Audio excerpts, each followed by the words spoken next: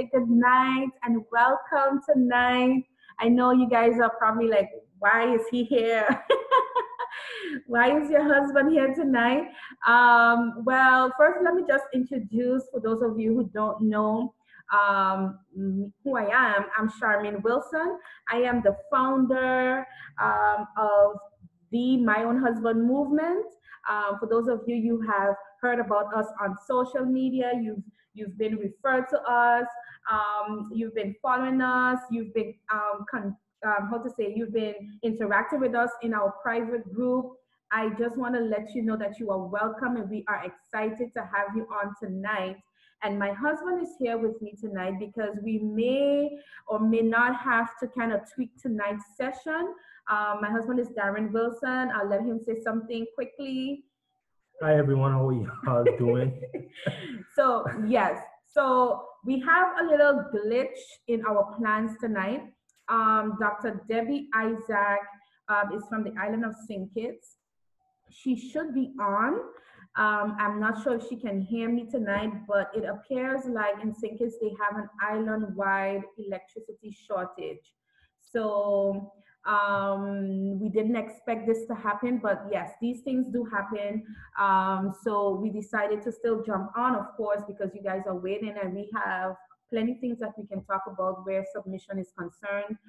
And just to also still make you feel very special and know that, okay, listen, we're going to make it work. Whether or not she can come on, my husband just decided, you know what, why not if I, come on and I can share with you as well so that we can make it as interactive and interesting as possible. And I was like, okay, let's do it.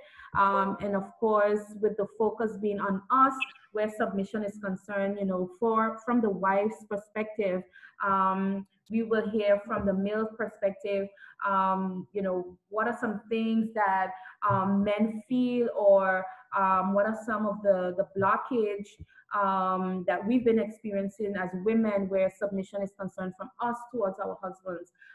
But we may or may not have to go down that road. We might save it for plan B or for part 2. But I just want to check in to see if Dr. Debbie is in. If you guys can hear us well, just say hi in the chat. And then as people are coming in, we'll welcome them in. And also, let's just see if we can connect with Dr. Debbie, and then we'll know what we're doing for tonight. So hope you guys still remain interested in what we have to discuss. But I know everyone was like, oh my God, I want to hear Dr. Debbie. I want to hear her too, because she's such a wealth of wisdom and knowledge. She's 30-something years married, so I know she had something well planned for us tonight, but due to the circumstances, we're going to work around that. Dr. Debbie, are you in? Can you hear me? Hi, good evening. Can you hear me? Oh, yes, I can hear you. Do you mind putting on your camera so that we can see your beautiful smile? Let me tell you this, what's going on with me. I am actually still in the vehicle speaking. Okay. I don't have the electricity yet. I'm out in the vehicle. Okay. I'm actually charging my phone. My vehicle is on. So, let me see if I can get my video showing me. Your video is, no, I'm not getting the video done. No, that's okay, because that probably would pull more on the battery if you are running low. We don't want to overdo that. So it's fine if you can just hear us and we can hear you, then we can just continue that way for now, considering the situation. And then, we can still flow. The most important part is that we get the information that we need and that we can get some of our questions answered and, all that good stuff. As much as possible. It's just, I may have to go in and get I may need to get my Bible or something, on my my computer and everything's there. It's just, everything just went in a different direction.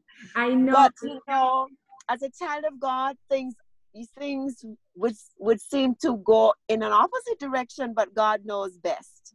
Right. And it seems kind of weird that I'm in my vehicle, I have my lights on and not moving anywhere. But am I heard clearly? Am I heard clearly? Yes, very clearly. In fact, we can hear you Oh, now. Yes. that's great. But I'm so sorry that I would not be able to, I'm not getting my video open. No, And that's they okay. being able to charge on the in the vehicle is quite well, because I only had a small percentage and it's growing. Okay. It's getting better. But yeah, and I'm still looking in the house and it's pitch dark from outside here. Nothing's doing as yet. That's But it seems as though it's gonna come back soon, because I'm seeing light ahead of me in the neighborhood way ahead. okay. That's okay. We'll just remain hopeful, prayerful that it comes on. The most important thing is that you are here, and we are just as excited as, you know, if we could have seen your face and all that good stuff. So it's okay. We're gonna work with what we have. We have about 14 women in the room, and more are coming in. So we don't want to belabor the time. So we can just get started, and yeah. Before we begin, can we just say a quick word of prayer? Dr. Isaac, are you there? Yes, I am. Okay, all right, no problem. Father, we thank you for this evening. We thank you that you are here. You know everything. You are in the midst of all, and you have everything well under control. We thank you for the hiccups and the setbacks, because those are just redirection to something that is even greater than what we had planned.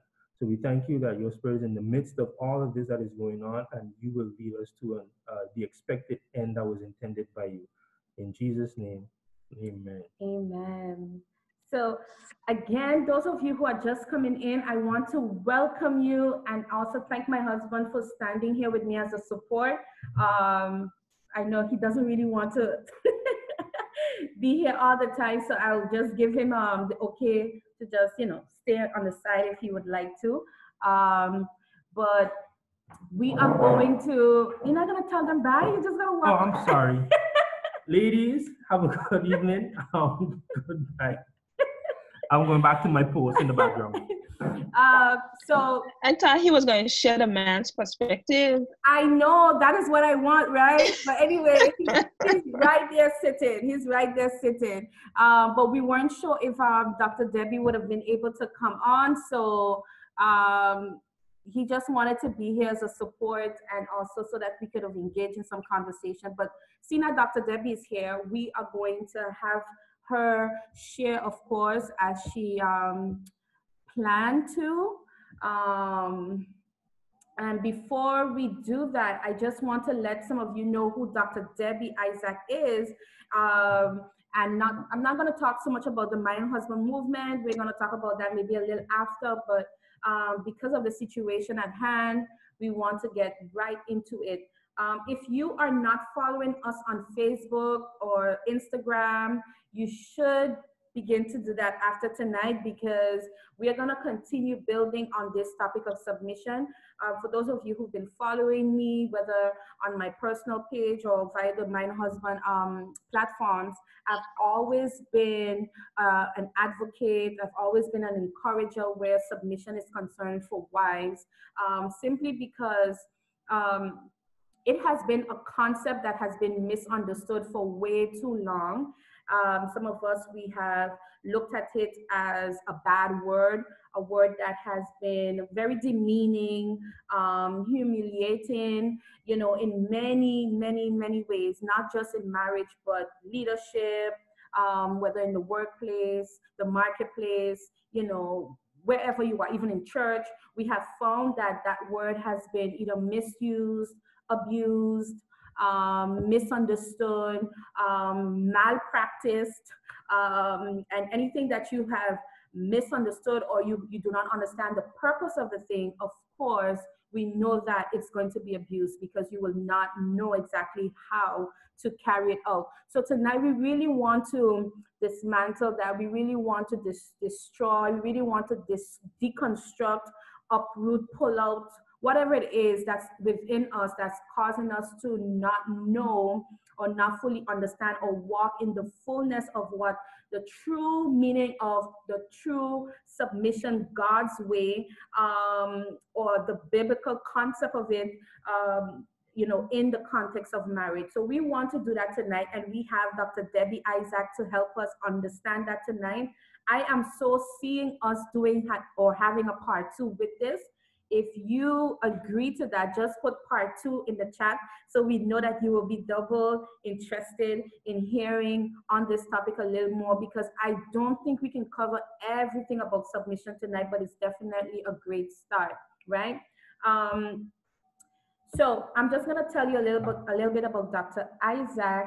Dr. Debbie Isaac has been in ministry with her husband, Apostle Dr. Alan Isaac, for the past 35 years. So if you see me looking over here a little, I'm just reading from this other screen here.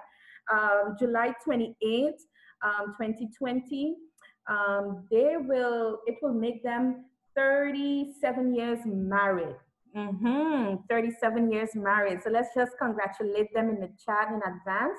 Presently, they oversee the Rivers of Living Water Ministries International.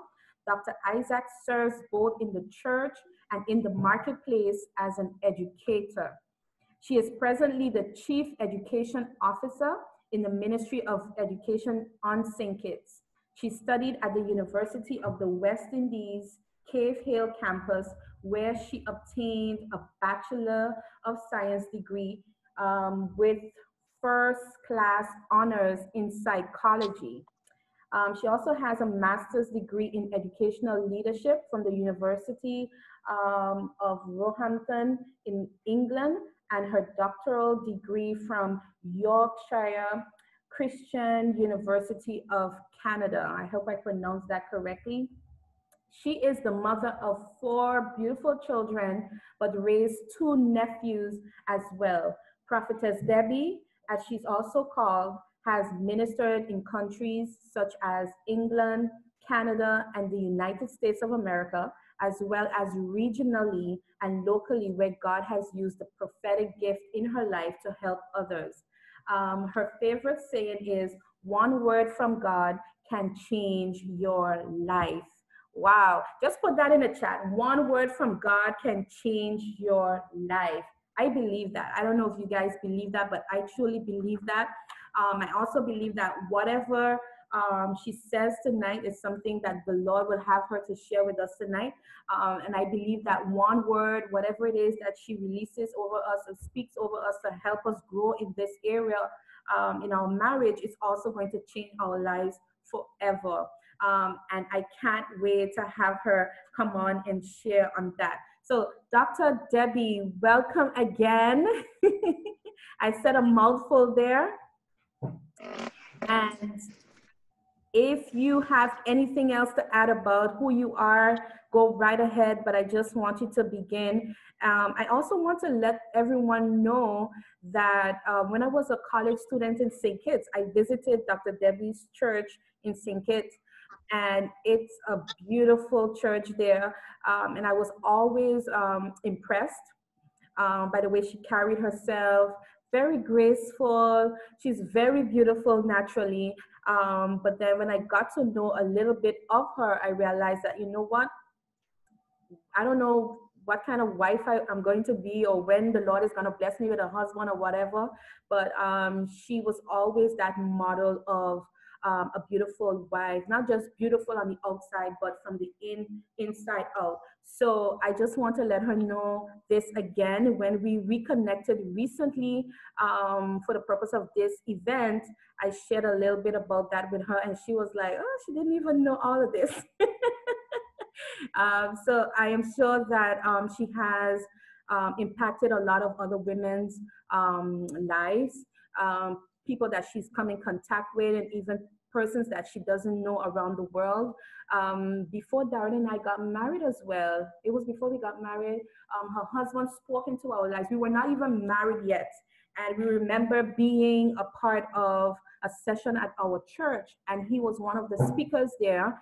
And we honored him, for coming and sharing, and was a part of it, just wanting to learn as a young couple, dating, engage, wanting to grow. We were in the position as many of you are in right now who are not yet married. And we remember that during that night, there was a time for prayer, and he wanted to pray over some couples. And we were hesitant to go up because we were not married yet. And he said, come, come, come. And we went. And then he said he saw us being a prototype before nations. And I was like, prototype? What is that? Like, me? And he said yes. And then he went into different details about that and what that meant. And it's been, 7 years now? And we are seeing a lot of the things that he said and he prophesied over us come to pass today. And we are just grateful. So I'm grateful and honored to have his wife, Dr. Debbie, with us tonight. As those blessings continue to flow, we would love to receive and also impact those around us with it. So, Dr. Debbie, you have the floor. I'm not going to talk anymore. And you can come on. Okay, thank you so much. And I just want to commend you and your husband for listening to the heart of God, just to have this powerful session for women. And as I speak, the current came on. So I'm seeing all the lights coming on in my house, so I can actually go in. But I'm going to just say this, and then you can give me a chance to go in and set up, because the current has returned in the house on the street. So that is awesome as well. And I just want to say to all the women who are listening that God has great intentions.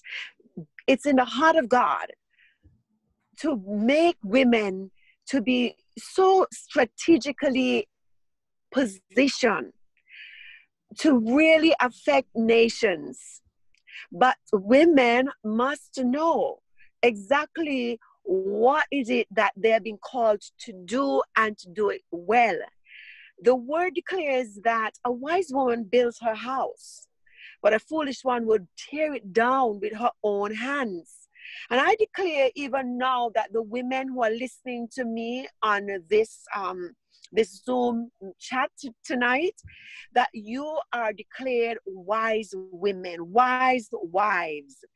And all men are looking for women who would seek after the heart of God and ask God for hidden wisdom from his word that would establish us when we open our mouth, that what would come out our mouth would establish and would not tear down, that would cause growth, and that would cause persons, even our children, to just be promoted, to flourish where they're planted. I just declare this over every woman listening to me right now. I declare even this Zoom or this chapter of your own husband will go even further afield. I declare even now, Shemaine, that the Lord will establish you even more, that you would start, your voice will be heard. I hear in my spirit that the voice of your mother was not heard. The voice of your aunts were not heard. But the Lord will say to you tonight, daughter of Zion, your voice will be heard. And because your voice will be heard, the voice of your children would be heard. And I declare that nothing would stop your destiny, and nothing would stop the destiny of what God has put into your bosom, into your womb to bring forth.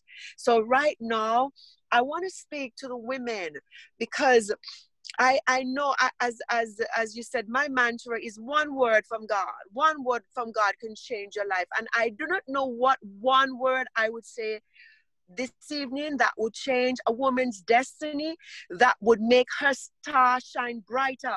Because for whatever reason, it's just like it started from the very beginning with Eve, when the enemy came to affect Eve. But the Lord turned around and said, yes, he would seek to bruise you, but you can crush his head. And for so many women right now, they have such rough lives, because the enemy does not want the women to come into their rightful position, into their rightful places. But I would say tonight, this topic of submission, I would have started with the big S word. And I know that you would have been thinking that the big S word is sex. No. Tonight is that big word meaning submission. I was at my work today, and one of my colleagues started talking to me and said, I heard you're going to be talking to women about submission. I really want to hear what you're going to say about this, because that word, I don't even want to hear that word. And this is what has happened through the years, that this word sends such a negative connotation. But in truth and in fact, when we look at it, and I love what you said earlier, Shemaine, when you said that that we're looking at from a biblical perspective. The word of God in Ephesians 5, starting from verse 21. It says, and I'm speaking all out of my heart, out of my spirit, because I'm not even in the house. I don't have anything with me. I'm speaking out of my spirit, and I'm speaking as I'm sensing from the Spirit of God. I'm actually, the word begins by saying that we are to submit to each other. So when we are submitting to each other, first of all, that submission to each other is out of respect. When it's there, it's respect. It's like, give it, get it. So, but when it goes on now, it goes on. Before the word declares that the wife should submit to her husband, the word spoke to the man. And the word speaks and says that husbands, love your wife. Husband, love your wives. Husband, love your wife. Just like that. Because a woman would yield to, a woman would find herself going under the leadership of a loving husband. The reason why many women don't like to hear the word submission is because of the connotation of a doormat, of something on the floor, or not better, you're not good as, or you are below me. And that's not the intention of God. That's not what he ever intended. In fact, he says we are heirs together of salvation. We walk together. There is that sort of connection with the husband and the wife. But the husband, the commandment of the Lord was to love your wife. Yeah. When you love her, and the word says as Christ loved the church, and that's a lot, because Christ died for the church. But in other words, he's not saying to die for your wife, which in some husbands would really do, but really it's meaning a sacrificial love.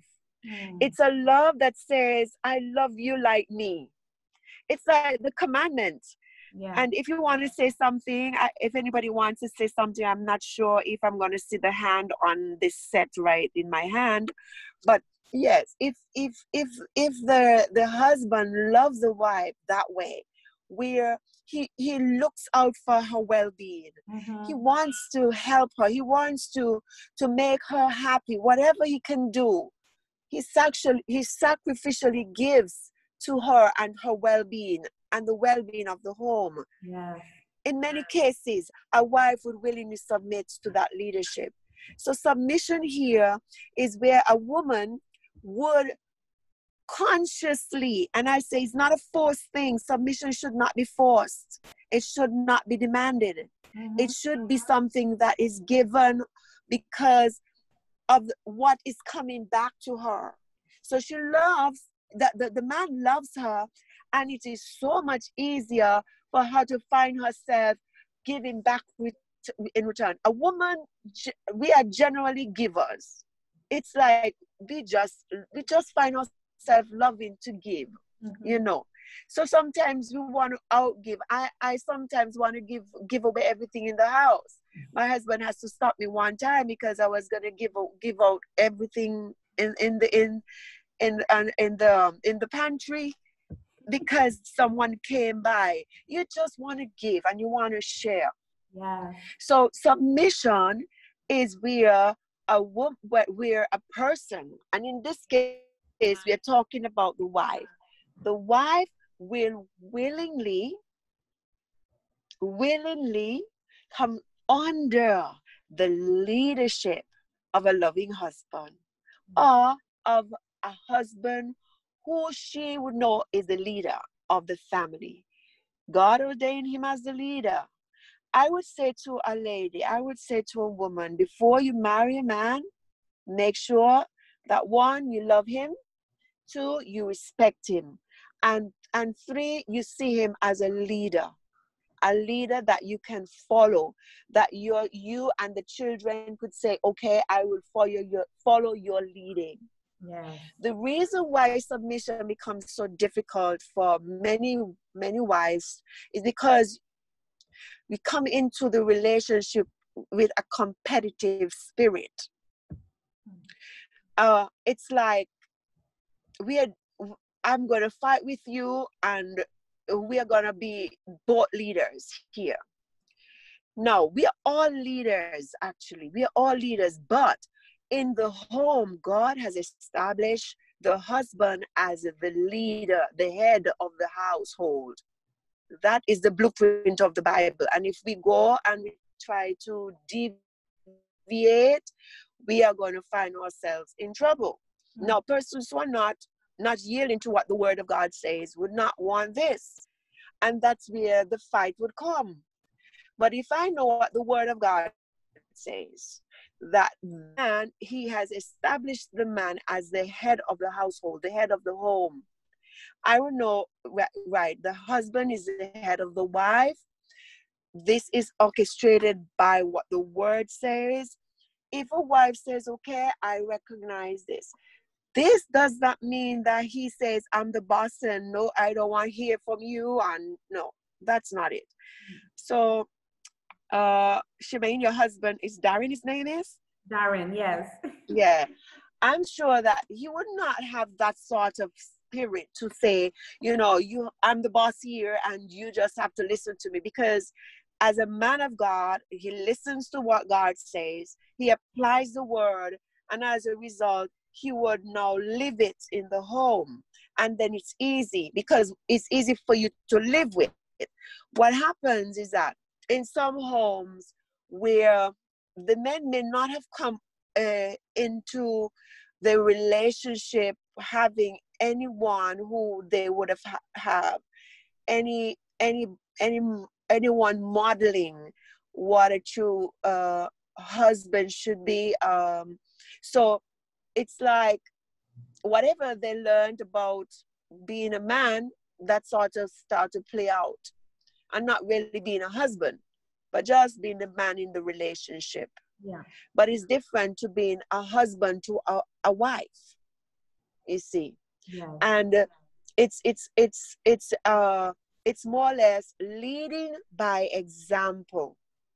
But the submission part, when you see a woman would realize, okay, in this relationship, I have good ideas, he has good ideas, and fine.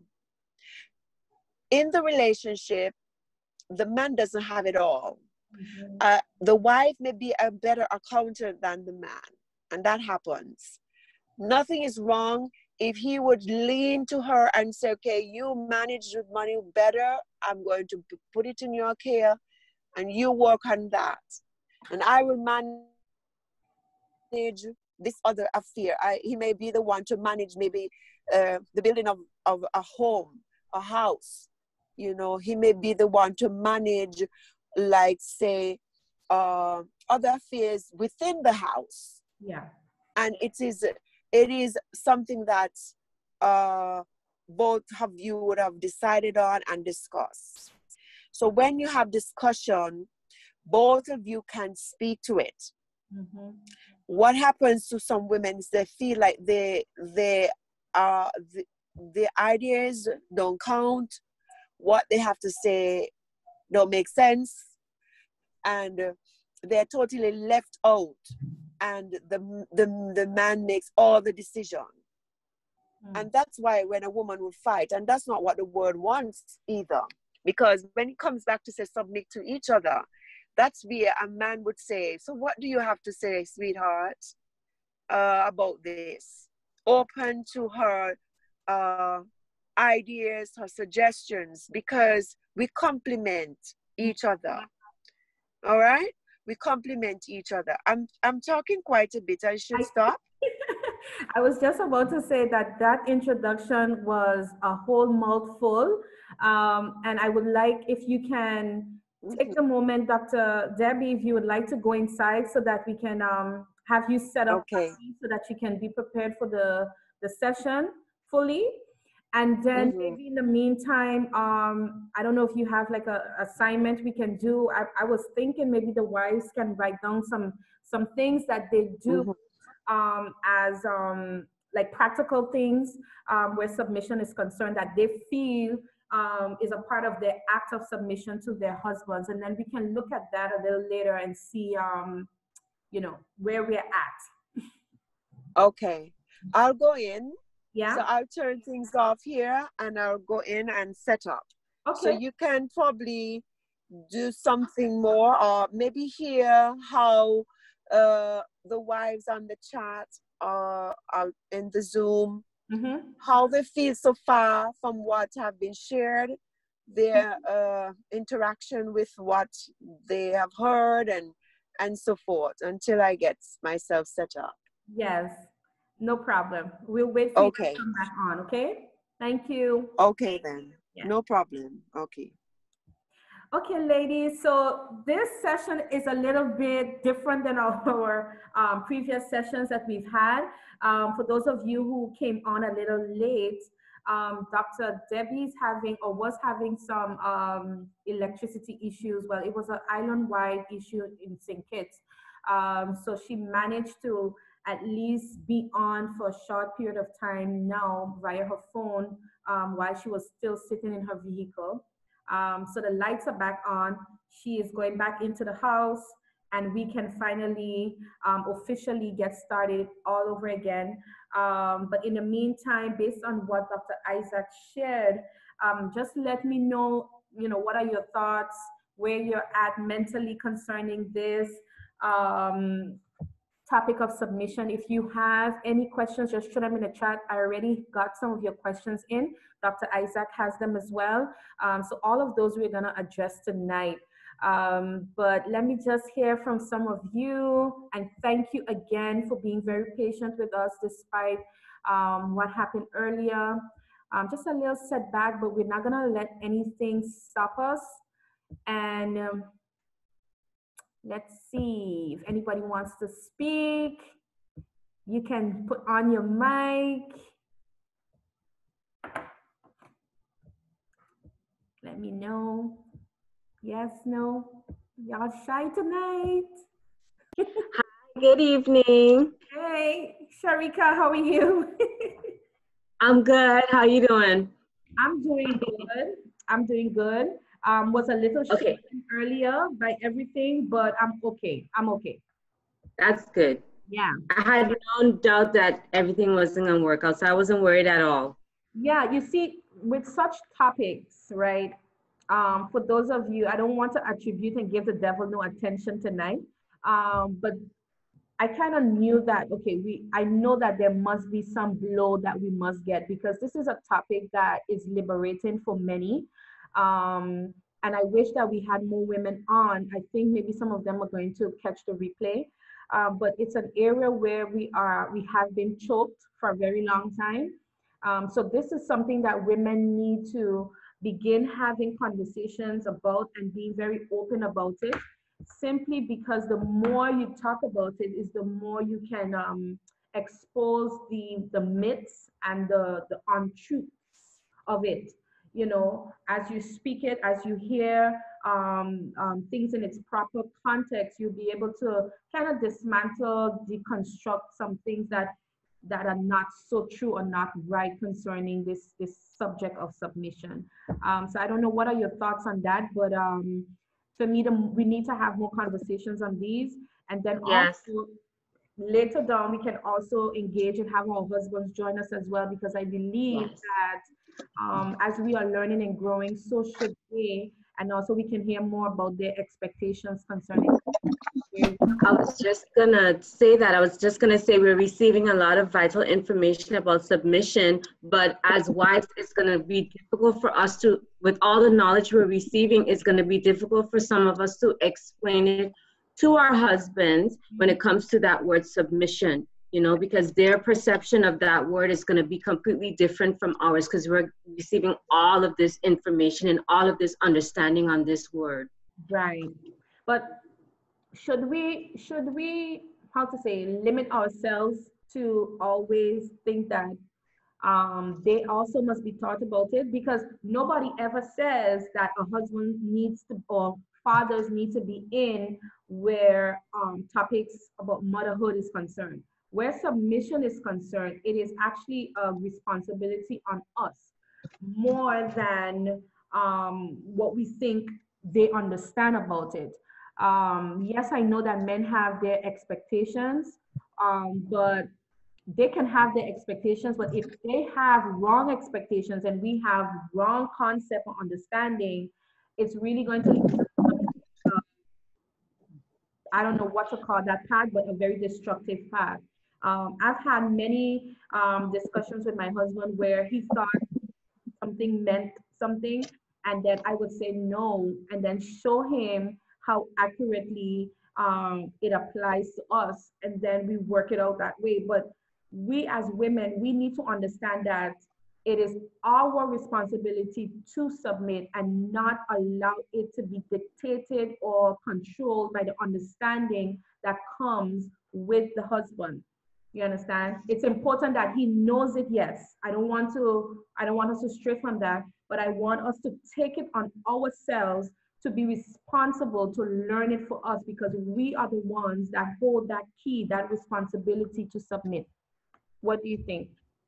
I understand that, but then I think that it's a two-way street. I mean, as a wife, it's good for us to understand what submission is and how we can be receptive to that word. But if our husbands don't understand it, their perception of it and our perception of it will cause a clash. Yeah. So I think it's a mutual understanding. Yeah, that's a very valid point as well. Anybody else? I thought I heard somebody trying to come in on that, but yeah. It's me, Charmaine, Malika. Go ahead, Malika. Actually here driving, heading to the studio, so I'm gonna leave you guys soon. But I totally agree with Sharika and with what you're saying. If our husbands do not understand as well what is submission, then we have a problem, because then is when you end up with the dormant situation. And as women, we're going to fight it. Yeah. So I think it's important that both parties understand what it is and understand what it is going into marriage.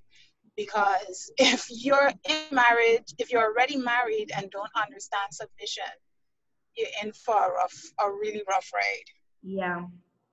And can you even imagine that, like today I was thinking about a lot of things, and like maybe like some wives that I know that consider themselves struggling with submission, and when I reflect on the things that they do, um, I see a lot of submission behavior, and I wonder if they know that they are actually submissive, but they are looking at the wrong word and thinking that that's what it is, and saying that I can't do this because that's not me. I can't say yes for everything. I can't. And I'm like, who told you that exactly is? And then when I begin to list the things that they're actually doing, I said, don't you do this? Don't you do that? Don't you affirm your husband? Don't you recognize and acknowledge his leadership and respect him? And they're like, yes, I do that. I said, then that's submission. That you're yielding yourself not to a person to say you control me, but you're yielding yourself to the position of who he is in the home. You're acknowledging him, any decision you have to make, any whatever you have to do, you are consulting with him, you are checking with him, you are affirming him in areas that he is occupied with, whatever it is. That those are gentle acts of submission as well. So many of us are doing it. We just need people to tell us that is what it is, and the things that you think it is, which are wrong things, it's definitely not that. Yes, I would like if she can explain the difference between being subservient and being submissive. I don't know if you can hear me. Can you? Did you hear me? Sorry, my internet just glitched. Yeah, you had a little glitch just now. Yes, I want when Dr. Isaac comes on, if she can explain the difference between being subservient and being submissive, because I think that's where the disconnect is. Mm-hmm. Yeah, we'll definitely have her go deeper into that as well. Mm-hmm. Anybody else has anything else to add to what we shared just now?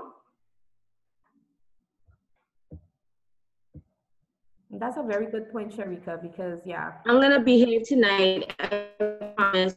I'm gonna behave. Well, we need you to be yourself. We need you to be yourself, yes. And then another thing is where submission, as I believe Dr. Isaac mentioned that earlier just now, is that scripture also speaks about us being submitted to one another as well, right? Yes, we do have specific commands, biblically speaking, that husbands are to love their wives and wives are to submit to their husbands. But when it comes to us being under the leadership or the rulership or governance of God, the Lord of your life, he requires us to be submitted to one another and also to submit under him as well. So at some point, I read in a book the other day, you cannot expect what you do not give as well. So a husband that fully understands or begins to, journey in that area of submission as unto the Lord will understand and not abuse submission from his wife towards him.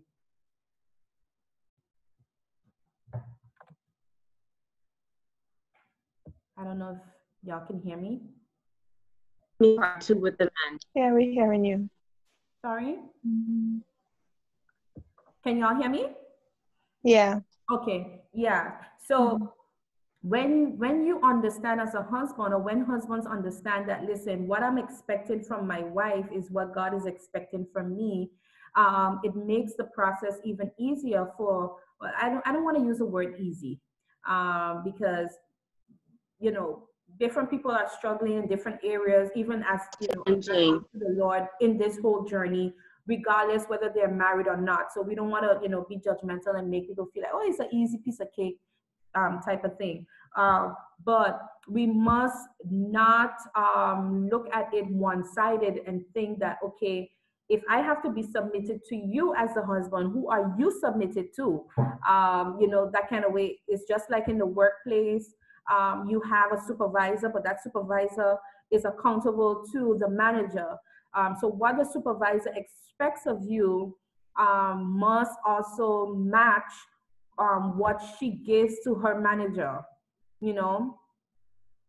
and that is why I say, even if we are not yet married, some of you who are in the room and not yet married, submission is going to be something that you have to confront whether or not you are married, because even in the workplace, the marketplace is going to be something that you're gonna have to practice, And usually when I speak to wives and I take it from that angle of, You know, when you're at work, let's take it from work. You have a boss. That boss has someone over him. He has to report to.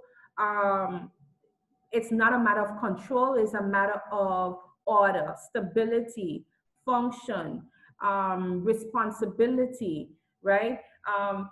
So that things remain in a particular order. You want to make sure that, listen, we both understand, both parties understand, listen, I have this responsibility. However, with our separate responsibilities, we both have a common goal.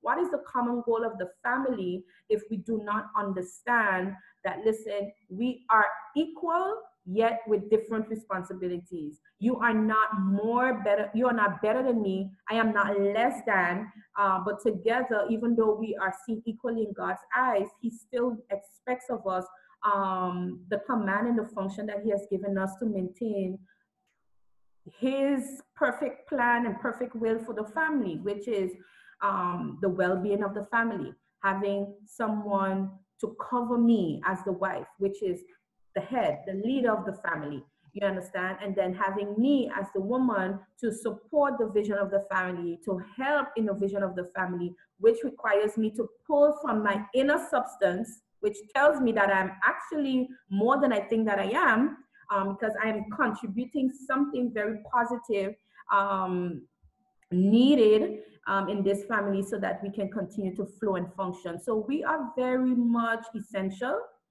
I know a lot of people have been begging to be essential workers during the lockdown, but we are essential in this covenant of marriage. Feel free to chime in.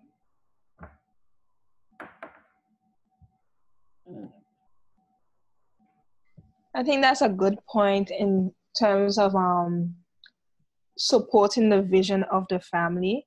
And this is something that I am learning, because I guess I realized that I came in with the thought of submission more as a doormat thing. But this is something that my fiance is actually helping me with, in terms of, no, you can make the decisions. It's okay. You decide, you know?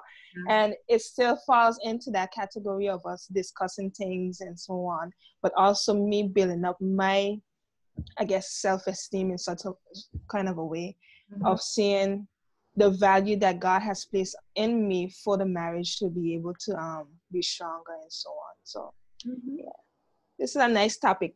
I was looking forward to it. Yes.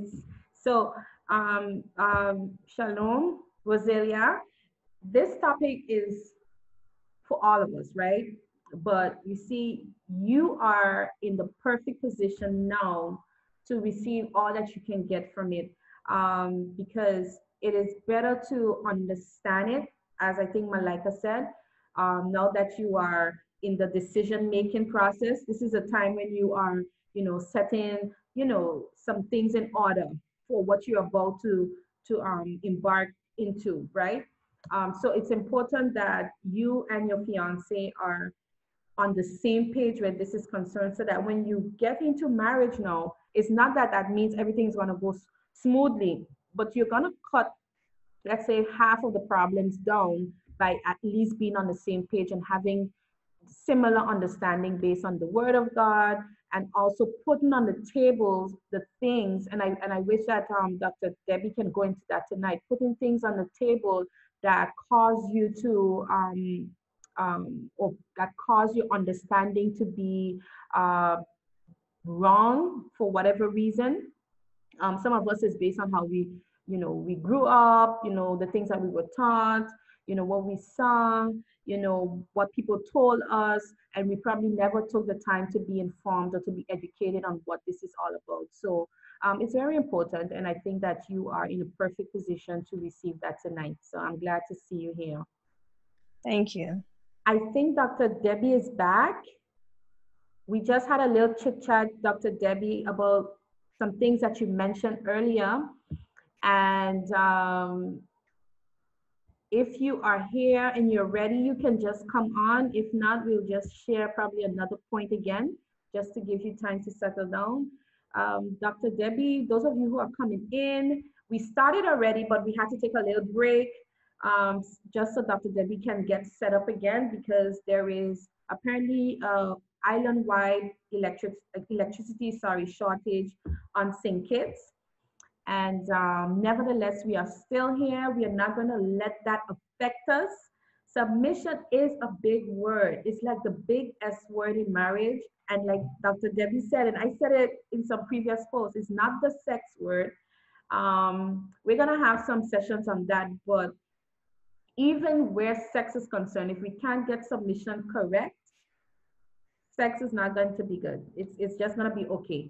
But when we understand that, listen, I love you, and not because I am forced to, I am loving you because I freely feel a love and attraction towards you, and I'm freely giving myself to submit to you, to acknowledge you as the man in my life, as the leader of this home. And in any direction we may go, I am comfortable and feel safe under this leadership, under this covering, right? So I have a question. Why is it that well, I'm going to speak for myself. I have hardly heard, or probably never heard, women said, I felt forced to marrying this person. I never felt like I was compelled to marry. But when it comes to submission, it seems like and it could be that the man never, or the husband never said, you must submit to me. But women feel like, why am I feeling restricted? Why am I feeling like somebody's forcing me to do it? Why do we think that happens? Because if a man is going to force you to submit, there is a great chance that he probably forced you to also marry him. Not all cases, but some cases. Why do we feel forced into submission and not necessarily forced into marriage?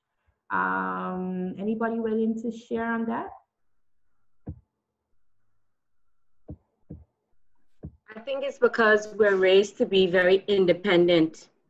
So we are raised to be, strong in our own selves, independent, get everything done. So the minute we hear that word submissive, we're thinking we have to let our guard down and we have to obey everything. But we don't realize how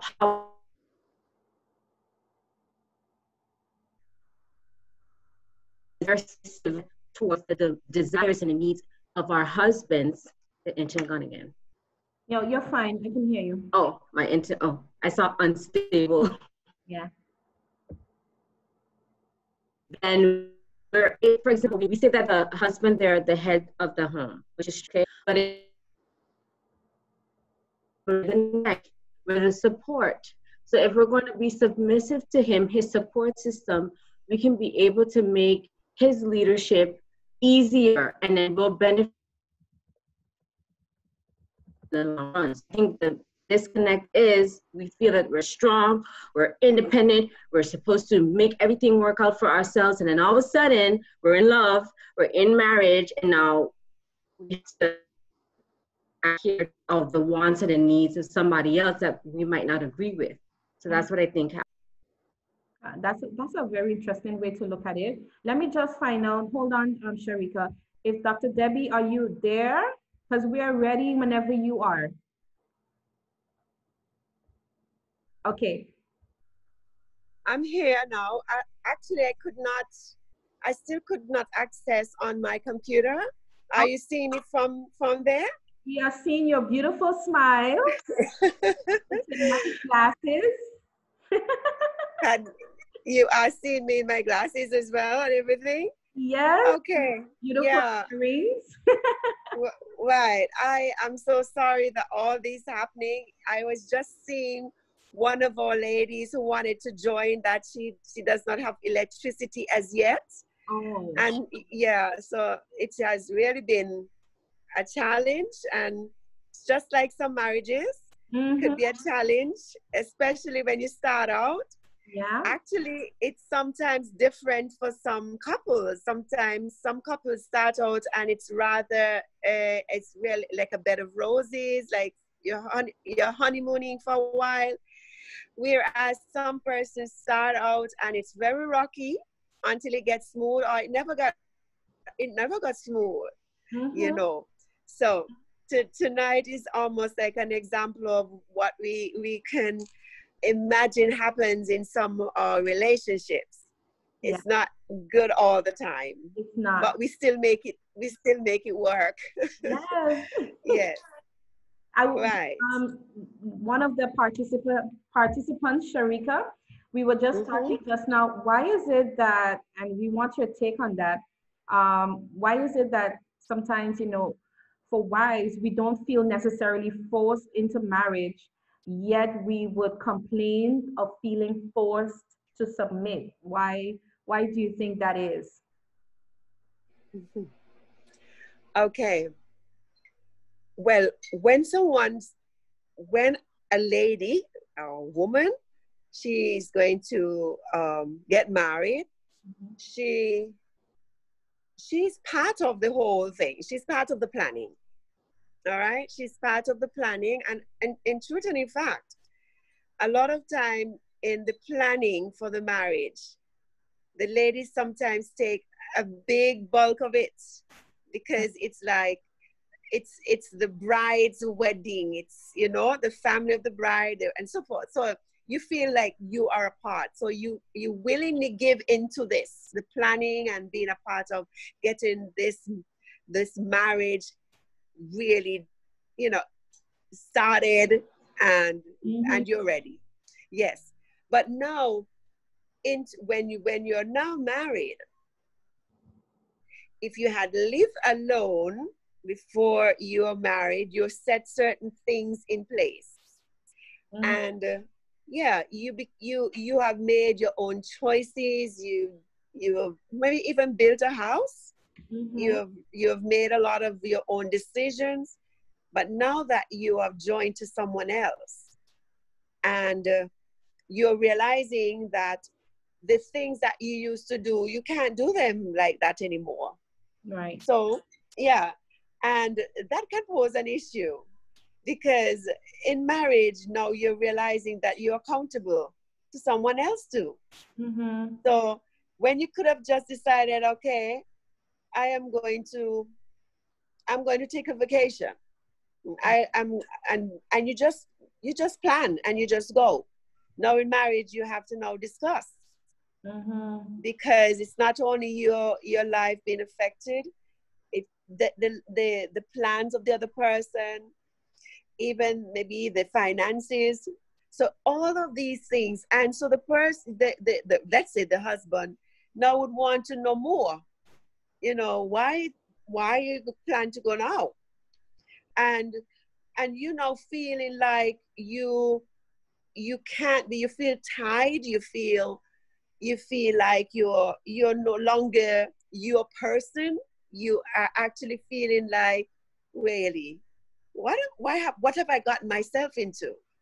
And if the person that the man that the woman marries, he is the type that says what I say goes, then that's when you feel forced now. You feel like you have to comply to what he is saying. And remember, you are not accustomed to this before. And even during the courtship, sometimes people don't really show their true colors. They don't show who they really are during courtship. Sometimes it's after you're married, you start seeing the true person. Yes. The true person starts showing up. Someone said real talk. This is real talk, Dr. Debbie. I just want to, because I know you know, everything just got shifted for tonight. So we'll definitely have to reconsider our part 2. But I want to know, what does submission look like on a daily basis for a normal, typical wife? What should that look like? Walk us through that. Okay. Now, a woman is really an influencer. All right? She should know, okay, even though, and I put it like this: the man is the head, the woman is the neck. You cannot move that head without that neck. She is a great influencer. In fact, the atmosphere of a home is established by the wife. So on a daily basis for a woman, submission is like acknowledging that I have a husband and he is the head of my home. I respect him and I listen and we discuss and we talk. Mm-hmm. And I lovingly, more or less, it's all like you're willing to, it's almost like a very supportive role. It's very supportive. Some women really don't like the word submission, you know, because they do not realize it's really a blessing to submit. A lot of, in fact, God holds the man. I have so much in me, I don't know where to start. God holds the man accountable. Yeah. And it's a lot on him, you know. He's accountable to God. Yeah. To how he leads. And the woman is accountable to God to how she would follow his leadings as the leader. You understand? And once that happens, and then the children, once they see that harmony happening, they are even more secured. Children feel insecure when they realize that things are not going right from mom and dad's sphere. Yeah? So they feel insecure, and sometimes they feel like they're the ones that causing this. So on a daily basis, a woman should understand that even though she is submitting to his leadership, she is a great influencer. Some men are very intimidated by the way that a woman can influence. And she can influence even him and the entire house. Yeah. You understand? But it is not a matter of her wanting to take it away from him, to take the lead from him. She's confident in the fact that she knows her role and she loves it and she supports him, because a man, he strives more when he knows that his wife willingly supports him. So from a day-to-day basis, it is almost like a more peace of mind when a woman knows what it is to submit to her husband. The one, though, who really loves her. I would not in any way say that you continue to submit to anything abusive, because that's not what God wants. Right. You know? No. God values a woman so much. Yeah? And that's why he says to the man, love her. Love her. Lead the way by loving her, caring for her. And in the end, she now would support you, would help you. Remember, he's the helpmate. Right. Right? And yes. And she would there. It's like what it is said, that a woman carries a womb because she helps to birth the vision of the man. Yes. All he has to do is just like, yes, it's just like he gives the seed and we produce the child. So when he gives a vision, you help him birth that vision. A lot of times they know what they want, but with this, the wife that is supportive and would more or less encourage him, would help to bring out that thing that he has there. But the womb of that woman will carry this thing to fruition. Okay, come forth. Dr. Isaac, so sometimes I will have to just cut you off very briefly, if you don't mind. Right. Because, like, things going off in my head, right? Yes. a woman that is struggling or find it very difficult to submit, like, okay, when you said just now that a woman carries the womb because she helps birth the vision of the man, that stirs something in me because I don't necessarily struggle with submission. I don't see that as a bad thing. That is very, how to say, empowering for me. A woman that is struggling with submission, I could see how that would kind of make her feel probably worse. How would you address that? Because she doesn't want to see herself anymore as the help me to help him. What about me? What about what I want to birth? What about, am I just a guinea pig, the person just to be used again to help you shine, help you be seen, help your vision be birthed again? Okay, but what about me? And I think that women who struggle with submission is not necessarily that they don't want to do anything for the husband. It's like, I'm tired of, I am being seen as the vehicle to help things happen, and nothing is happening for me. So how does it benefit us as the wife? Because you did mention earlier as well, what comes back to the woman when she submits. So I'm thinking about benefits. Well, what's in it for her? What's in it for us? Okay. And this is what I hear from women all along. They always say, but I have to always give, and I always have to sacrifice, and what is in it for me? Now, I can give my own little testimony. I don't want to be talking too much because I think women, I can see that they're giving their feedback as well. Yeah. But I remembered when I set out on this journey, I said to my husband that I'm going to support you. Go on and get your bachelor's, go on and get your master's, go on and get their doctoral degree. I will support you. I will do everything to support you. All right? And I did just that. It was not easy. I took on quite a bit. No, he got them all done because I was supportive. I took care of the children and I worked really hard. But look at that now. He was able to achieve those things. And then it was my turn.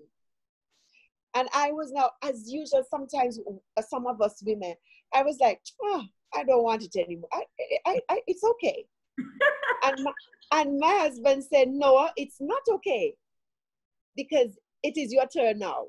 That's right. And so, yes. So what happened now, he was the one, he packed me. He packed my bag, he packed everything and said, you go. And I said to him, I can't go leave the children. He says, you go. I'll take care of children. I'll take care of everything. And he packed my suitcase. He packed my bag to put over my shoulder, everything. Because it is like sowing and you reap. Wow. But it's really a give and take. And it's a pity that some people are selfish in the relationship, but really as we begin to give, and it doesn't have to be the woman giving all the time and giving first, you know, but a lot of times we feel like our needs are not met.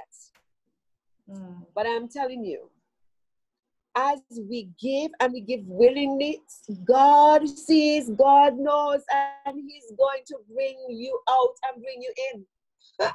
If you understand that term, you would see, yes, he would fight your cause. You understand? So that's how I would say. But I hear it all the time.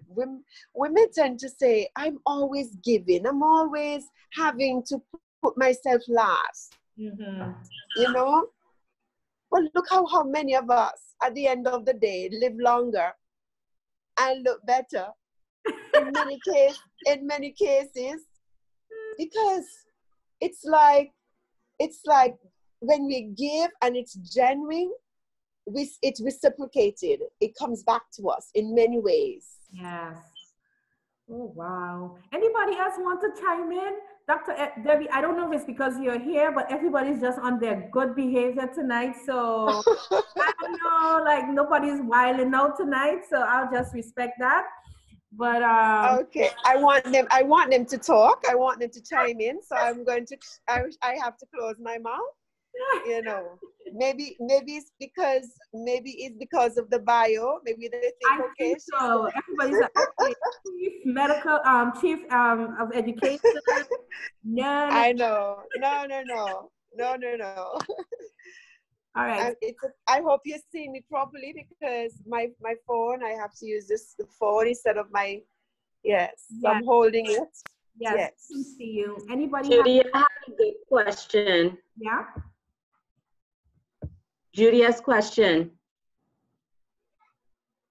Oh, Julia? Yes, Julia had a question in the chat. Let me find it.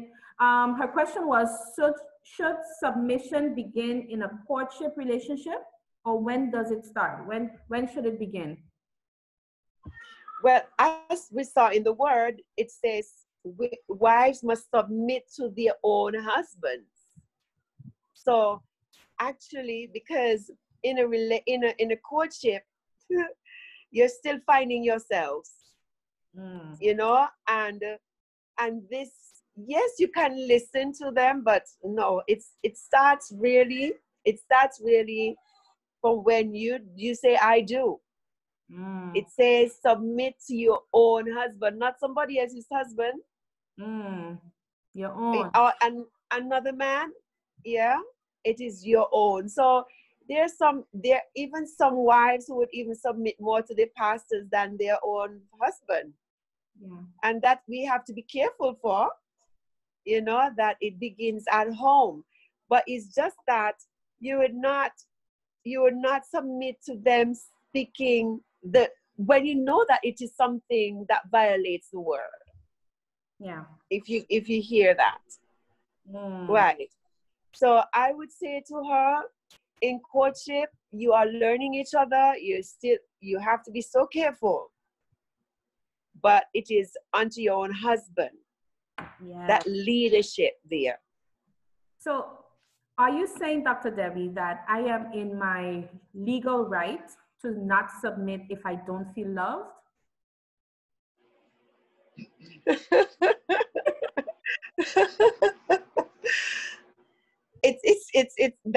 That's a strong one. Right. Okay, as a child of God, all right, you are, and you're speaking from a Christian perspective. I am speaking, but we do have women from different walks of life here. They're not all necessarily Christians. So how should we approach that?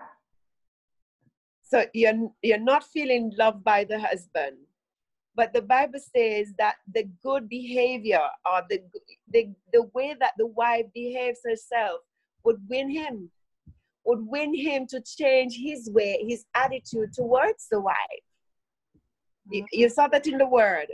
Yes. That the chaste behavior of the wife, the way she conducts herself as a child of God, would cause a man to even change his ways, change his attitude towards her. But in some of the relationship, what happens is that it's a tit for tat. You don't love me, I don't love you either. So that's it, you know. But no, in marriage, twins are born. They call bear and forbear. And sometimes through those things, you end up seeing the best of each other. Yes. I put my hands because I keep seeing things coming through, like WhatsApp messages. Oh, that's fine. Yes. Anybody else has anything to add on that? But about how many persons are on? We have 19 on now. We were up to like 22 earlier. Okay. Can I just get some clarity on the bear and forbear part that you just mentioned, please? Thank you. Very early in my marriage, I read this in a book, that when you do get married, twins are birthed. You bear and forbear. In other words, prepare that it's not going to be a bed of roses all the time. It's not going to always be what what we read when we were little girls, that we live happily ever after. That there are times when you're going to feel like, I just want out of this. I just want to get back home. There are times when I wanted to go back home and I wanted to just jump ship because I actually, did not like what I was, experiencing. And it's not that my husband was ever abusive, but it's like sometimes you just don't feel as like things are going the way you want it to go. Yes. And it's a matter of bearing. You bear. You pray about things. You share about it, and even the forbearing part of it, you still remain with it in terms of hoping for the best to come. Yeah. Some of us would realize that, yes, the start of the marriage may have been a rough road, but because of your bearing and forbearing and praying for your spouse and speaking the best into his life, you realize, my goodness, look at where we are at today. It has worked. Yeah. You understand? Yes. But sometimes when it gets difficult, persons, they're like, no, this. But you see, it's not a contract. Marriage is not a contract. It's a covenant. It's not a conditional thing. So if it doesn't happen, I'm out. No. You said, okay. I'm seeing the feedback there. Some of the ladies that speak, they're giving their feedback. It's like saying, yeah, I am going to hold fast to this. I want to see the best of it. So it's not a contract, it's a covenant. It's an agreement that you've made, for better, for worse, for richer, for poorer. But again, that's another discussion. Yes. Because some persons, I say, leaving the poorer out and leaving the other parts. I just want the good parts. So let's hear the ladies hear their response. Come on, ladies. Let's go. Anything else to add? Let's go. Hi, Dr. Isaac. I wanted to talk about the difference between being subservient and being submissive. Can you please explain the difference? Because I think that most times the men, they think being submissive is being subservient. Right. It's sad because it's not, God did not mean for us to be the servant. Submission it's, as I said earlier, it is earned, not demanded. And so it is out of love that you give. Yeah. That you make the necessary sacrifice, that you would make the meal even when you don't feel like making it. It's not that you have to do it, so get into the kitchen and you feel like this is what I have to do. And if I don't do it, I'm not loved. That's a subservient spirit. And that is where you start to have a low self-esteem. You see? And that's not God's intention for us. Yeah. So it's not that you feel like, okay, if I didn't clean the house today, if I did not go to get the groceries, and if I did not do the laundry, then I'm not a good wife. No. Submission is that you realize that even when your husband comes home, that you can actually say to him, sweetheart, this was what happened today. And you're able to speak into this, the situation. And because of his love for you, he's able to say, okay, I see where you're coming from. I understand. And he can now help you because he now realizes that you're not his servant, you're not his slave. You're partners together. All right? Mm-hmm. And even more so in the time that we're in, the post-industrial revolution, that women are out working, and as a result, women are going to get tired too. We're not at home. We're not housewives. Many of us are not housewives. And so, you know what is real? My husband and I wrote a book called The 5 Environments for Successful Marriage. And it speaks about the fact that the environment of being together, doing things like household chores. It says one of the most romantic things is to see a man doing house chores for a woman. Yes. It makes her feel so much more loved and secured when she's able to see him taking pride in, let's say, getting the bathroom done, cooking a meal for both of you, and doing it with joy and pride. And a woman just sits back and like loves it. It is a wonderful thing to see happen. And a lot of men, I must give it to them, a lot of men nowadays, a lot of them are doing that. It's just like we're seeing a lot more men are coming out and being fathers and fathering their children. Before, we were not seeing that. It's really like the mothers were there at almost every function. Now the dads are coming out and they want to be a part of the child's life even more. Right. What? Yes. Did I answer that question? That's what's her name? Julia? Sharika. Yes, you did answer the question. Thank you. I have one more question. Can I? Yeah. Sure. Yes. Go right ahead. Okay. Would you say love is the key to submission? If yes, as Charmaine said, if there's no love and if there's no trust, how do you convince yourself to be submissive if you're so hurt?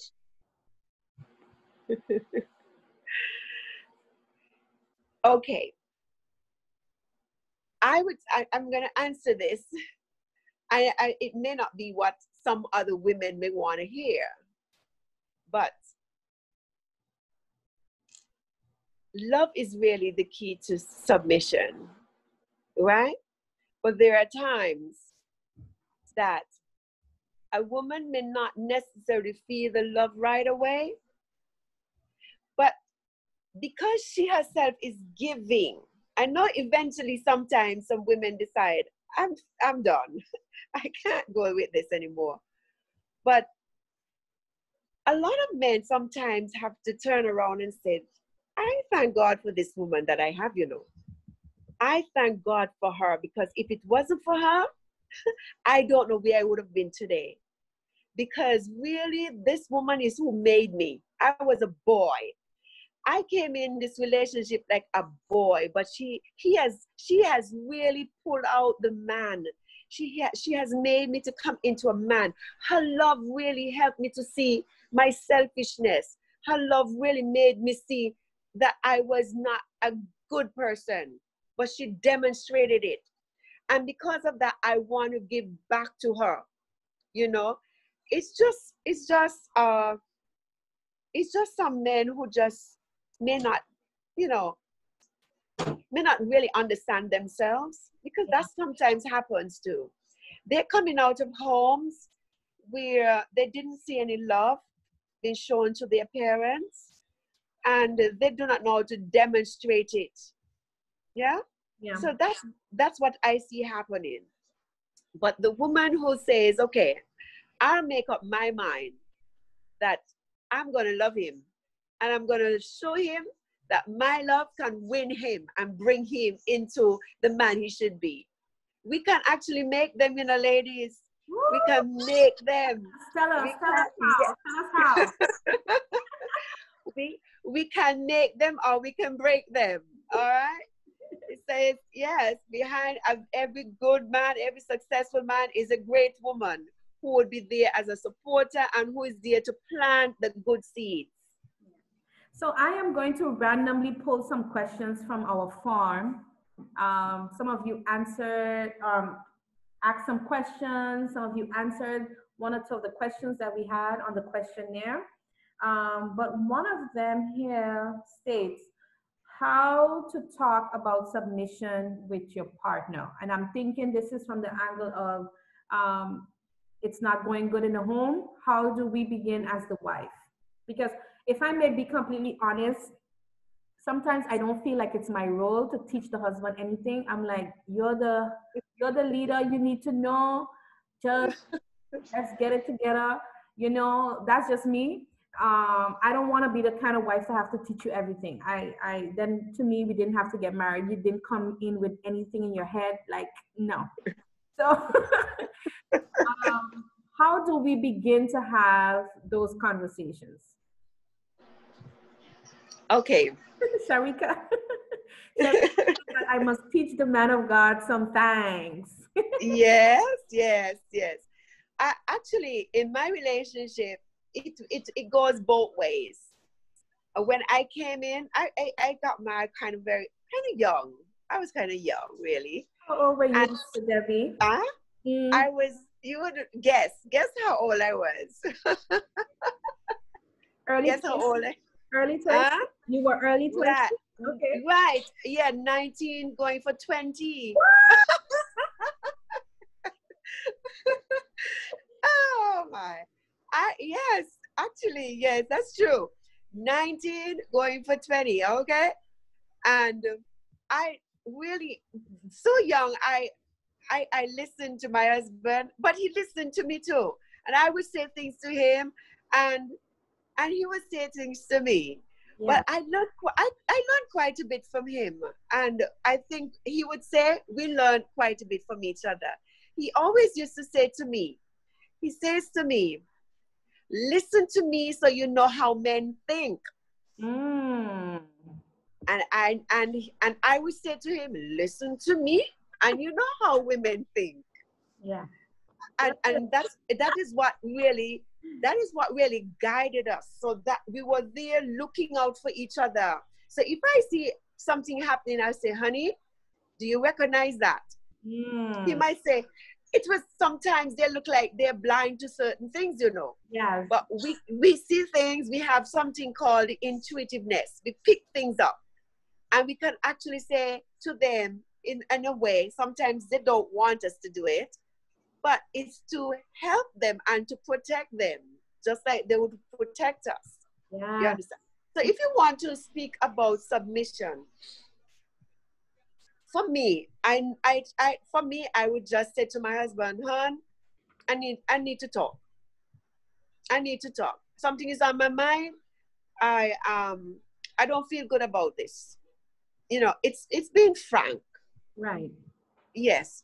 So I would say to him, let's have a real down to earth talk today, because something is bothering me, and I want to get it off my chest. That's how I would say it. I want to talk about this thing. Mm-hmm. I want to see how do you view submission? From your perspective, from your culture, from your background, from your upbringing, how do you see this? But these are things should have been discussed before marriage. Right. You should have known before you even come in. How does he view a wife being submissive, or how is he as a leader? And these are things that's supposed to be discussed, you know, Yes. before that big decision. But I would actually say to him, okay, I need to talk about this thing. I'm seeing it this way. How do you see it? Wow. And if we're both Christians, then we now have to go here in the word. How does God sees it? And how did he say that we should deal with it? First, submit to each other. So it's reciprocal. Yeah.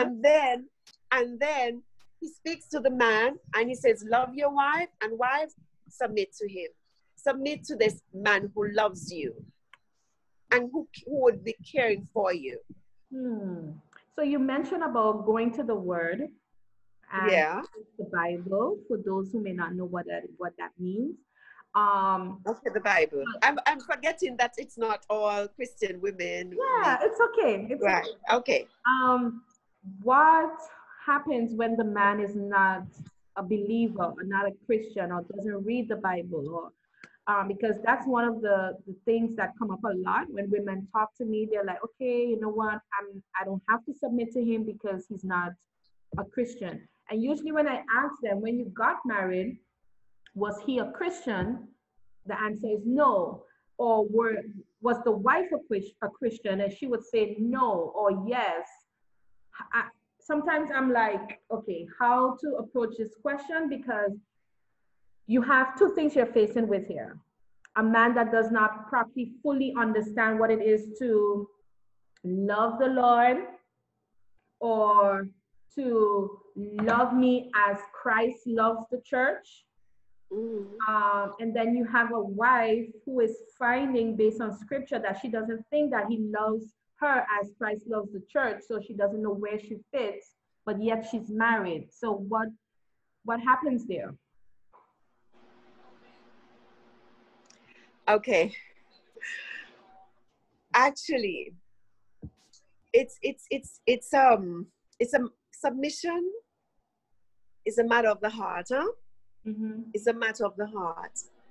And if a man really loves her, and there are men who are not Christian men, but they love their wives. Mm-hmm. They do love their wives, you know. And if he loves her and he realizes that if he acts a certain way towards her, and she reacts to it and she tells him about it, because of that love for her, Mm-hmm. he should seek to now, try to work on that part of him. Because we don't have it all down pat, even though we are Christians sometimes. We don't have it all. You understand? And as a result, it's a teaching and a learning time. Mm-hmm. Your marriage is about teaching and learning. And it's a lot of times you have to decide, okay, I need to work on this part of my life. Yeah. So the husband who is not a Christian, his way of seeing submission maybe totally different. He may see it as, I'm the boss, Mm-hmm. and what I say goes here. You understand? And he comes over with that. But he's now either he is going to destroy his home that way, or he's going to get a wife who is resistant, especially if she knows her rights and she knows who she is. Yes, she knows who she is. Yep. She knows that she's a valuable person. And if he continues to act that way, what would happen? And that's what happens in a lot of homes. That's where the fight is. Yeah. So one of the things that may have to happen too, and some of these same men, they don't like to go for counseling. Because a counselor would be a good person to help him to see his ways and to show him these are some things that you need to do and change. And if you change, you would see a different wife altogether. I don't know if the other women on the platform would want to add to this. Let's see if they have anything to say to this. Go ahead, ladies. Feel free. Just raise your hand or put your mic on.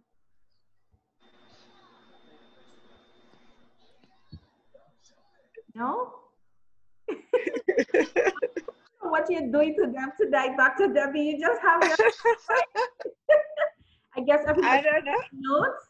But I have questions. So, and these questions came in from some of the ladies. Maybe some of them are not on, but they'll catch the replay. How do you revert back to sincere submission after a major incident? And how do you prevent being taken? One of the ladies, yes. Are you hearing me good? You're hearing me well? Yes. How do you go back to sincere submission after a major incident, and how do you prevent being taken advantage of? how do you go back? Right. After a major incident. So let's say there was maybe infidelity Infidelity. or something, and then it's like, okay, how do we start this all over again? How do I begin to trust you enough to submit to you? Mhm. Yeah. It that is really what a lot of women around the world, they face this. Yeah. And it is, I would say, to a woman, it's going to be her take. Can she deal with it? Yeah. I would not tell them they have to stay there, they have to continue to deal with it. Mm-hmm. But it is like it's like brokenness. It's painful, it is hard. Yeah. And we cannot just say because we're Christian it's going to go away. You understand? Mm. And I would not tell a woman that you've got to just stick with it and until it actually changes. Mm. Because the reality is that she feels it, she knows it. Mm-hmm. You understand? So what I would say is she has to make up her mind how she's going to deal with it. Is she going to seek help?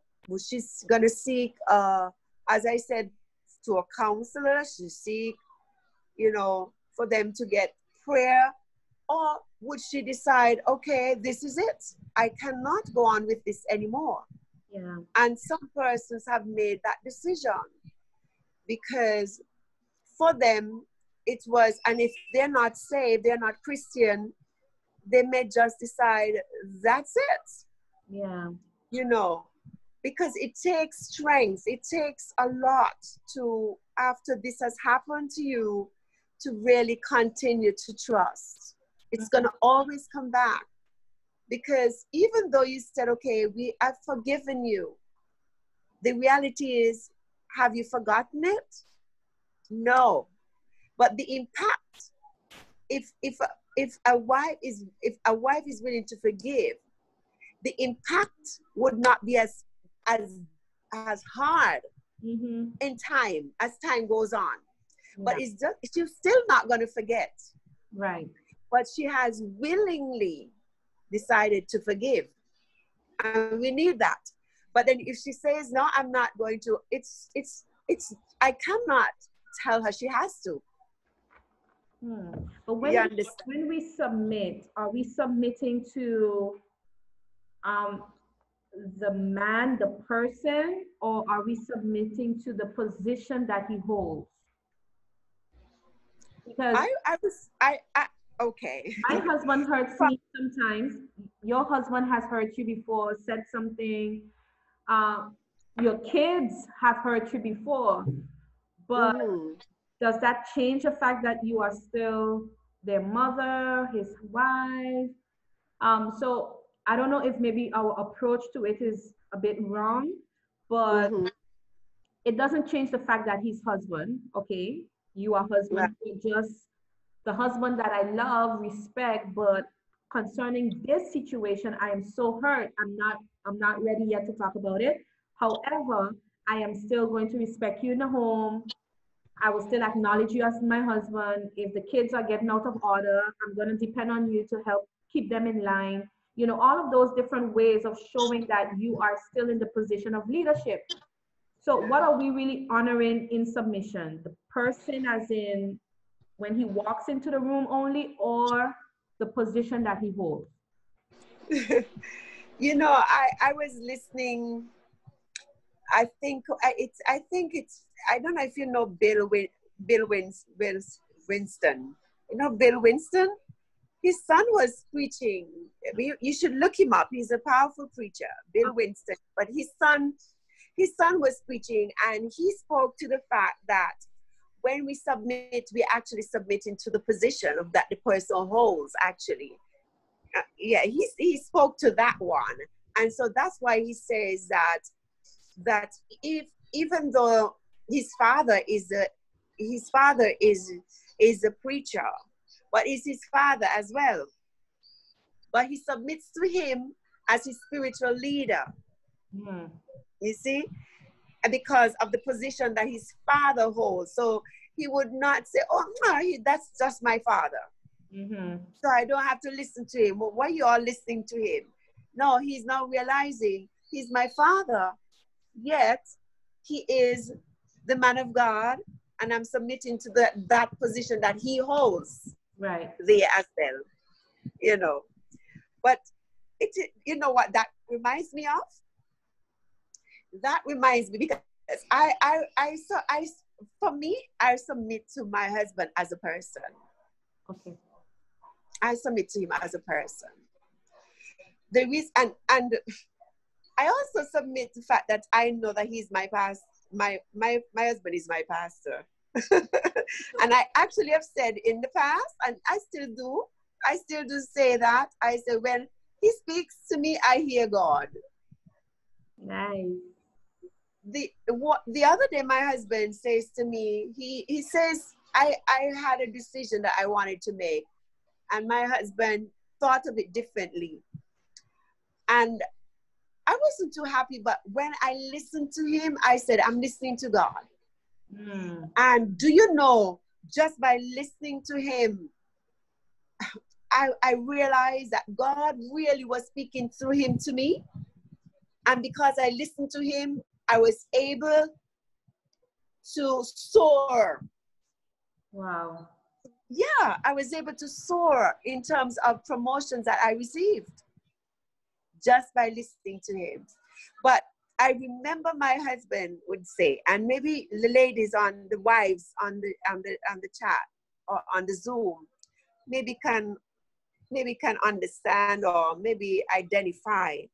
But I remember whenever some things would happen and I get angry, my husband would say to me, I'm not the object of your anger. And that's powerful. Good. In other words, you can separate what I have done from me. In other words, you should love me even though, okay, I did not do this thing good, or I did not make that right decision, or I acted foolishly. But because yeah, so what I have done is my action, my behavior, everything that was horrible. But for me, I'm the object of your love. That's good. So it makes you realize that, okay, because he's the object of my love, I can always say, okay, that thing can be changed. That behavior, that attitude, I can forgive that, but I can continue to love him. Does that make sense? A whole lot of sense. I don't know what the other ladies on the chat on the Zoom would feel. Ladies, is They this can good speak. or is this good? Wow. They're commenting in the chat, so Yes, I love you in spite of. That's the unconditional, the agape, the love of God coming out of our hearts. So walk us through how to say I don't agree, I don't like, without feeling guilty of not being the submissive wife, because we don't want wives to leave the chat here, the call, feeling intimidated by it, or feeling like, although that's not what you've been doing, but not to become so, walking on eggshells about it. Like I so want to get it right that I find myself constantly saying yes to everything just to make sure that I'm doing it right. How do I respectfully disagree with my husband? I do that all the time. In fact, I think over the years, we have grown to know each other in such a way that I could say to him plainly, honey, not that at all, not that.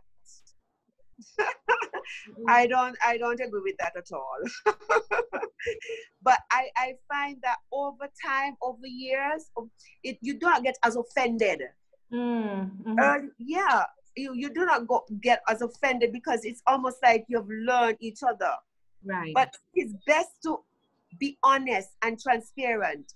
One of the things that men would say, I cannot read your mind. If you never tell me, I don't know what's going on in your head.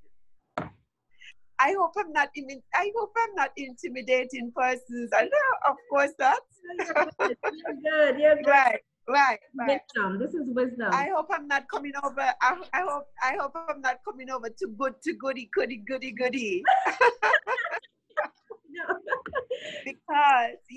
Because for me, right, I in my relationship, I can openly say to my husband, hon, and that's how we from very early, I could be upset, I could be arguing, and I still say hon. Oh wow. Yes, I can still say hon, and he still says sweetheart. Woo, teach us that. You know? Teach us that. Yeah. I have come to that place where I can say, honey, this is how I feel about this. I don't think we should go there. Right. This is what I'm picking up because it seems as though we have something called intuition. Mm-hmm. It's like the seventh sense that you know, okay, I feel this way, and it's good to let them know that.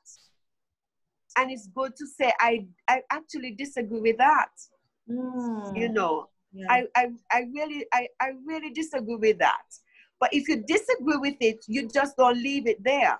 You say, okay, I disagree with this, but why not let's look at it this way? So you don't just throw water on the thing, but you're not giving any solution to the problem. So right. you actually, I disagree, but this is how we can look at it. This is how we can go about it. But just to say, that's stupid. What foolishness you're talking, but don't have anything to say, then that doesn't help. But you can disagree, but make sure that when you disagree that you actually say, okay, this is how we can look, this is how I see it. That's good. I disagree with that, but this is how I'm seeing it. Right. Wow. Okay. Right. And you can, he may disagree with you too. Yeah. But at the end because I remember growing up, I don't know if you heard about this, it's like a joke they used to give, that this husband and wife, they were watching TV and a mouse ran across the room. And she says, look at mice. And he said, no, it's a mouse. And she said, no, it's a mice. And he said, no, it's a mouse. And they had one big argument, about the mouse and the mice business. And they decided to make it up. And then at the end, when they make it up, she said, but I told you it's a mice, And it started all over again. And sometimes that's what happened in a relationship when somebody's not good willing. And at the end of it all, the final, and I know some women may not be happy with this, but in the home, the final decision is the man's. I agree. If you cannot come to agreement, the final is his. But at the end of it all, if it doesn't work out, we should not say, I told you so. Oh, that part. Sorry. I see No. Yes. No. So we don't. Mm-hmm. But it's the final. Final. Some husbands can be quite interesting, right? Let me speak about mine. So, Dr. Debbie, sometimes I really just want to stay quiet because I know what I'm feeling. I know what's bubbling, you know, and I just like, okay, it's okay. Whatever you decide is fine. But the man of God is not happy with that. He's like, no, I need you to say something.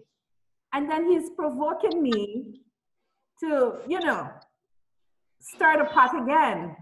So how do we deal with that? Because one side of us, we are working our salvation, working it out where submission is concerned, and you're digging us all the time to get something out of us, and we're like, listen, sir, I'm good. Like, it's okay, I'm good. Whatever you decide, do your thing. How to go about that? Because I'm trying to let you lead, but you're still asking for something more of me that will probably lead to a long discussion. So could it be that they don't quite see submission the same way, in the sense that they want us to respect them, but they still want our input, even though it might sound contrary? Well, you know what they're looking, and that's what my husband would say to me. I can't read your mind. You have to say it. But I think they want transparency and they want the genuineness, even though it may not be what they're looking for in terms of it might be too hard. It may not be what they would like, but they still want to know that you are genuine. For example, what a man hates is when a woman would just have a silent retreat. It's like, for him, it is a weapon. She uses that as a weapon. But he knows when you say, it's okay, it's all right, it's not okay, it's not all right. Yeah. And he's going to press in to hear, because he knows I have said it too. And sometimes he's like, leave me alone, it's okay. But he knows that just when you say, leave me alone, he knows that you're troubled, you know? And he doesn't mind, it comes over, but he just wants to know, okay, it may not be what he wants to hear, but he still wants to hear it anyway, because he wants to know what's inside there. And it's good in an open relationship to bring it out. Let him know just exactly how you feel about it. Yeah. He may not be ready for it yet, and he may pout, and he may go into another room, but he reflects. A man, he tends to take time to internalize and reflect. Yeah. And even though he may not want to admit, he knows that he wants to know what's going on in that brain of yours. Right. Because it's important for him to know. Because you both complement. He may they say that the man would see the whole puzzle, the woman have the pieces to the puzzle. He might see the bigger picture, but the woman will have all the different little pieces to put to get that picture together. Yes. So something is always missing from it, but she brings it into play, and so he needs it. And when we withhold it by thinking that he may not want to hear it, we are like punishing them. Yes. But, okay. So have you read the book? Have you read the book Men Are from Mars, Women from Venus? Yes. Okay. It helps you to know how we think so differently to them. All right. Yes. We live with that. It's almost, yes, it's almost like, God, this is something else. We're on two different terms, but we complement each other all the way. Right. I think this is going to be our last question, Dr. Debbie, because I don't want to keep you back too long. I know you had a long day, and you know how things went today. Yes. Yes. But this is a very good question. Someone says here, I'm having difficulties explaining my friends, especially my single friends, about submitting to my husband. People don't understand why I would have to get my husband's input. So how do we deal with peer pressure, you know, especially from our single friends? I mean, it's easy to say, oh, they're not married, they don't know, but maybe they are really close friends of yours, and yeah, they kind of bully you into not submitting. when a married lady, a wife would realize her friends are bullying her to do the wrong thing, she has to watch that. She has to make a decision. Because when you come into a relationship with your husband, that's supposed to be your closest friend, huh? Yeah. And I understand you don't want to give up some of your friends, but sometimes you really have to make a decision, because at this juncture you're in a different, it's almost a it's a different lifestyle altogether. You understand? Yes. You want this thing to work. They may not want it to work because they're not in it, but they're also looking to you to provide example for when they enter into it. Yes. All right, but it is a form of accountability. Yes. We're not our own when we're married. When you're single, you do your own thing. But in marriage, you are accountable to your husband, you're accountable to your wife. It goes both ways. Right. And it's like, if in our marriage, I would not go out this house and say, hon, I'm going down the road. Hon, I'm going up the road. And the same thing. For years upon years, even now, if my husband is leaving, I'm lying down and he's leaving, he comes, he kisses me and he says, see you, sweetheart, I'm going up to church, or I'm going down to the bank. It's just, it's because you two become one now. And it's like you're walking around in each other's body in a sense. You're that connected that you need to know that. And so persons who are not going to more like strengthen that, you have to be mindful of it and let them know, no. This is what marriage calls for. Accountability. You're not your own. The Bible says it. Your body is not your own. Your husband's body is not his own. Isn't that what the word says? Yes. Yes. It's mutual respect though, and authority. For example, the way the Lord work out this, and I'm going to leave this for the last. We have that mutual. It's like my husband body is mine, and his and vice versa. But what the Lord has that for is for mutual authority. Anything coming against your husband, you are your husband's body. You can now rise up. Let's suppose he's too weak to even do it. You rise up in your strength, and you have authority to break that thing. Yes. Off of it. Delegated authority, it's called. So I want it in some and not other ways. We want it when it works for us, but when we don't want it other ways. So we have delegated authority, because in marriage, your body is his and his body is yours. Wow. Jesus. So if he says, bring that body to me now, you can say, bring that body to me too.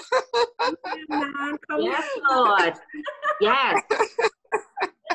No, Dr. Isaac, I know I said that was my last question, but I usually go against my word coming down to the end, so I'm very sorry about that.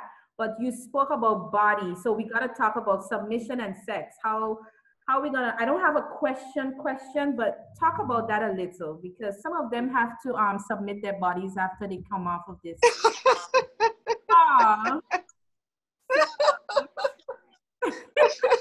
No, so no, it's also come with mutual understanding, you know. Okay. Understanding is key too. It's understanding is key as well. So even though there is delegated authority, there is mutual understanding. Yeah. You know, and there are times when genuinely, and it's not that we are supposed to make, you know, excuses all the time. For example, they used to say that there's some women who, when it's time to have sex, that they would have headaches. And that is because they don't want to get involved, you know.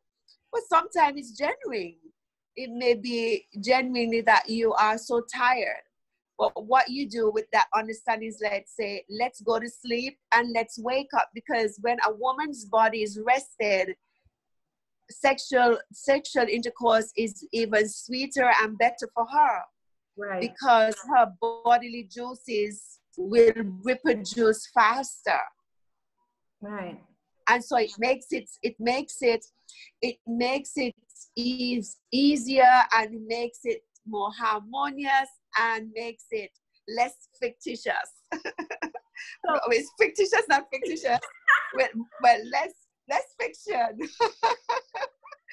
so earlier you said your husband is the subject or the object, sorry, of your love, right? So if that is the case, I am not, let's say you're not pleased about The object is not the object. Pardon me? Go ahead. You were saying something? No, I was asking you, what did you say? You mentioned about our husbands being the object of our love. Was that what you said? Yes. So if that is true, which I believe it is, if we are not on good terms, and okay, I'm upset about what happened, but sexually he needs that attention. I may not necessarily feel that way. Should I submit to that level, or that desire that he has, without feeling like I am being violated or I didn't have a choice in the matter? How do we talk about that? Hi. I just saw that I need to put my phone to charge. I just saw that. This is the good part. I know.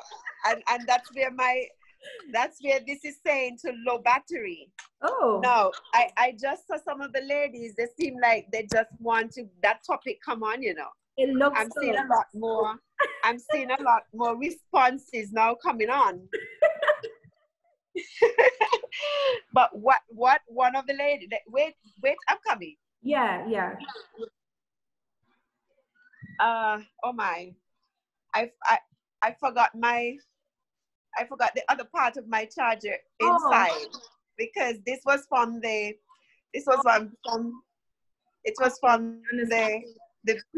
vehicle.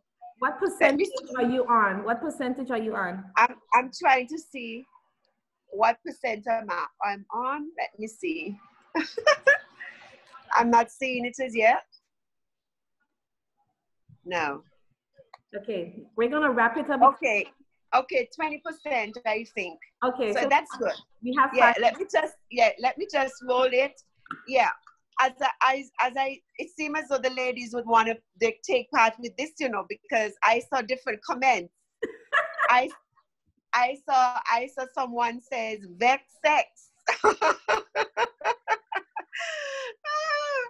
What some women, well, really and truly, it's just like what the lady that lady says, you're vexed, but you do it. But it's just like, it's not really good. But it is called, for me, it is called a quickie. I'm not going to put anything in it. Well. I'm like, let's get this over with. And because it's also because you realize that for a man, he has something to release, right? And it's a lot more stressful for him that he doesn't get the release. For a woman, it's an emotional thing, and that is why we prefer having sex when we feel very good about whatever is going on, because it's our very being, it's everything that we have. But for a man, it's more like a physical thing, and that's why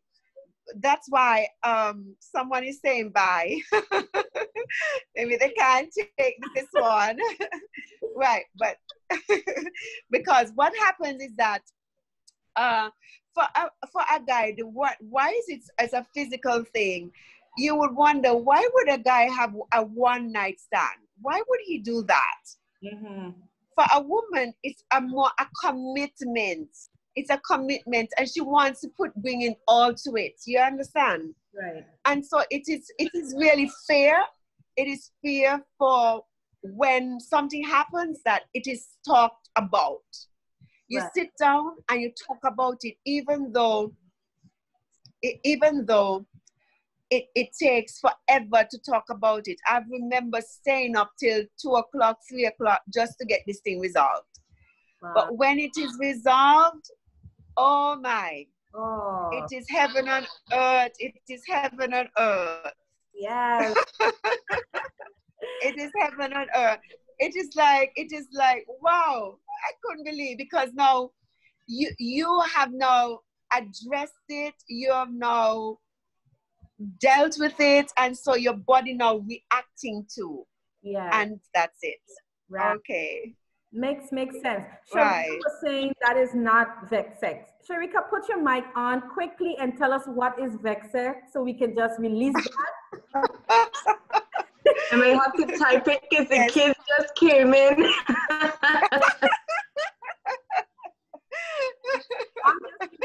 What that is, so tell us.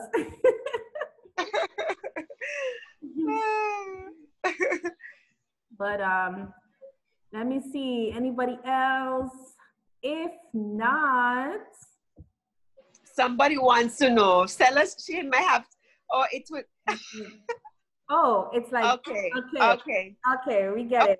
So it's actually what we're talking about when it's Right. all over, and you put the icing on the cake. Right.